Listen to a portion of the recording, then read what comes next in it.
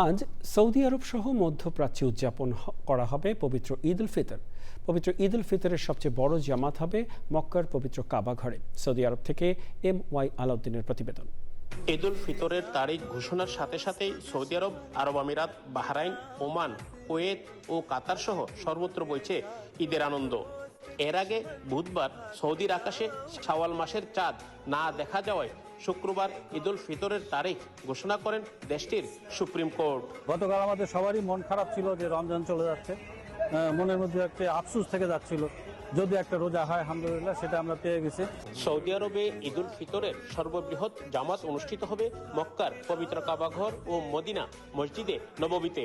স্থানীয়দের পাশাপাশি ঈদের আনন্দ ভাগাভাগি করে নিতে প্রস্তুতি নিচ্ছেন প্রবাসীরা। আমাদের একটাই দিনই প্রবাসীদের, আমরা এই ঈদটাকে আমরা অনেক উৎসবপূর্ণভাবে আমরা এটা পালন করি এবং আমরা জাঁকজমকপূর্ণ আমরা সবাই একসাথে মিলিত হই। ঈদের নামাজে অংশ নিতে 16টি দেশের সরকার ও রাষ্ট্রপ্রধান এবং বাংলাদেশ ও বিশ্বের বিভিন্ন দেশ থেকে আগত ধর্মপ্রাণ মুসলমানরা মক্কা মদিনায় অবস্থান করছেন।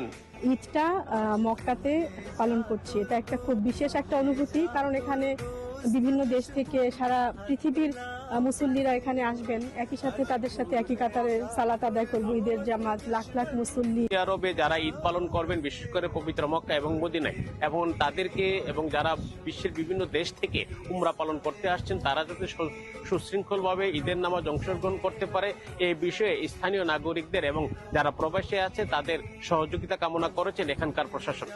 MY Alauddin, channel I.